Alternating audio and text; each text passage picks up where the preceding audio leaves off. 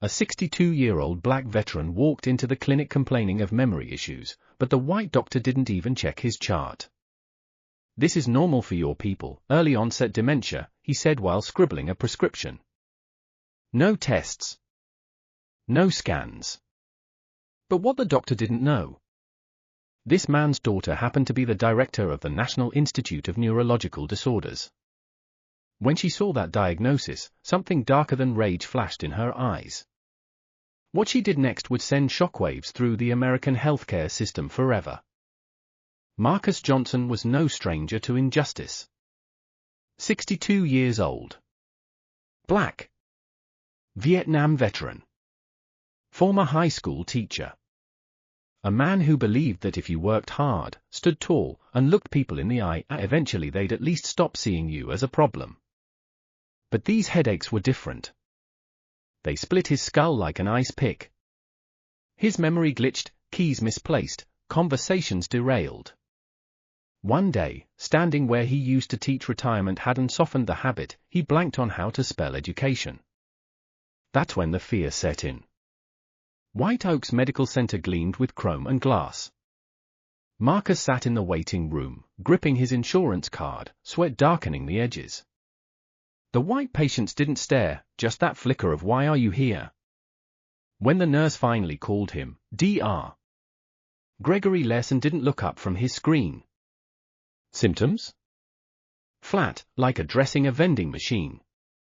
Marcus spoke carefully, no ahs, no pauses. He refused to sound uneducated. Headaches. Memory gaps. Sometimes.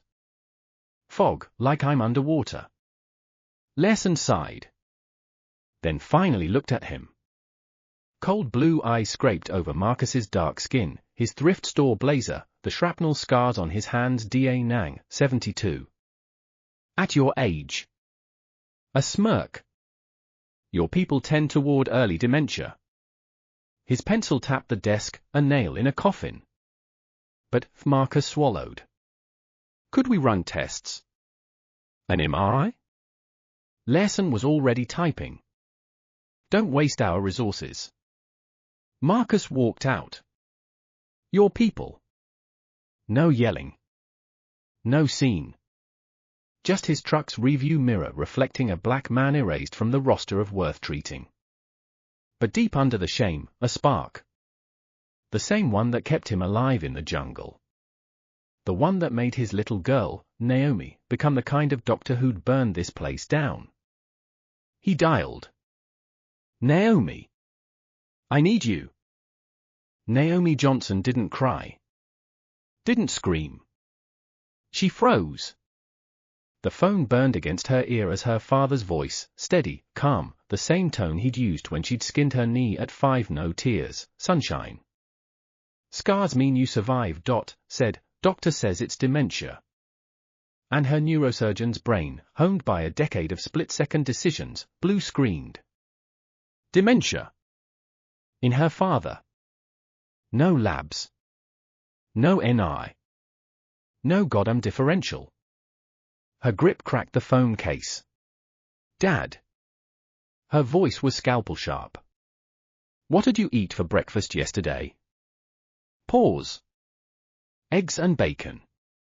Another beat. Burnt the bacon, too. Like always. That laugh, the one he'd used when third grade Naomi failed math. Who needs numbers? You draw like Picasso. Dementia doesn't work like that. I head to Chicago. Naomi didn't sleep.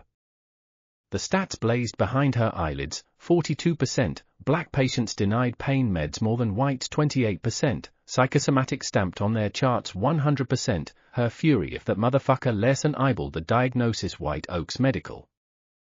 Larson didn't stand when she entered. Dr. Johnson. She dripped her title like poison. Let him look her up.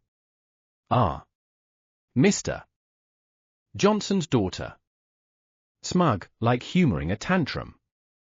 Your father received excellent care. Where is his chart? He sighed, pulled up the file with one finger. Age. Race. Genetic predisposition. Tap on the screen. Textbook case. Naomi read, no tests. No scans. Just 2 lines, 62 m.A.A. Expected neurocognitive decline. Monitor. You didn't rule out a tumor? Her voice vibrated, not fear, but hate. Lesson shrugged. Your father isn't a priority allocation. Casual. Like discarding expired milk. Naomi's nails dug crescents into her palms. Blood welled. But she didn't scream. Didn't strike. She memorized him. Every pore. Every wrinkle. Every motherfucking hair in his pasty brows. Okay. Soft. Deadly. She walked out. 3:17 a.m. Hospital lab. The fluorescence bleached everything, white tiles, steel cabinets, the juddering MRI machine. Naomi worked alone. Her hands, pushed contrast dye-adjusted head coils ran sequences no one ordered. The screen flared to life. There. Walnut-sized. Undeniable. Meningioma. Benign. Resectable. Larson's laziness could have killed him. She didn't drop the films. Didn't sob.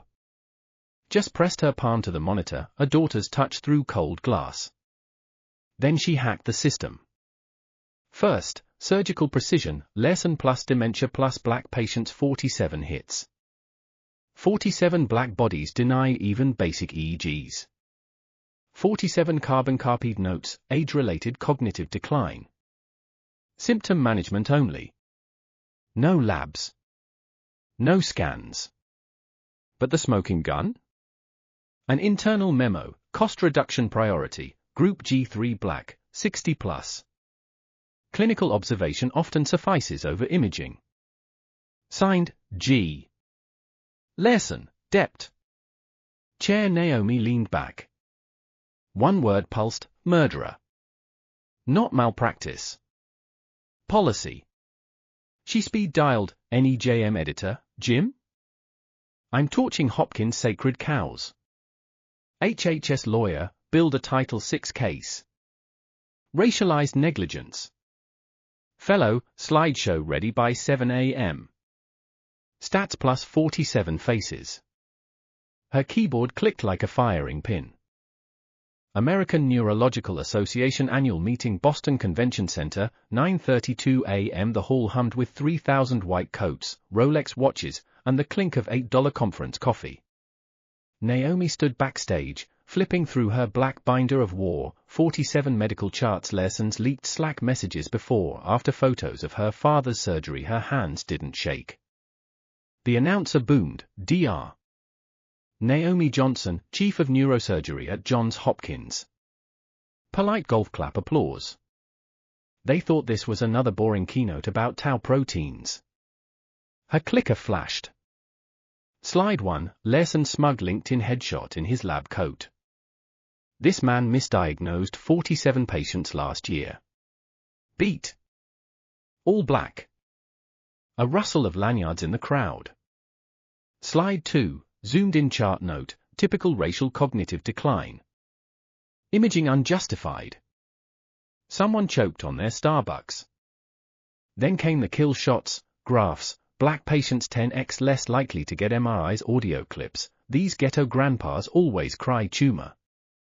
Larson's voice OR photo, her father's golf ball-sized meningioma glistening on a tray. The air went CT scan still.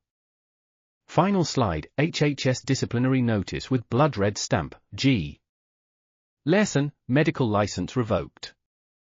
Federal charges pending. The ovation started in the cheap seats, black orderlies standing first, Latina nurses screaming a YA-era horror.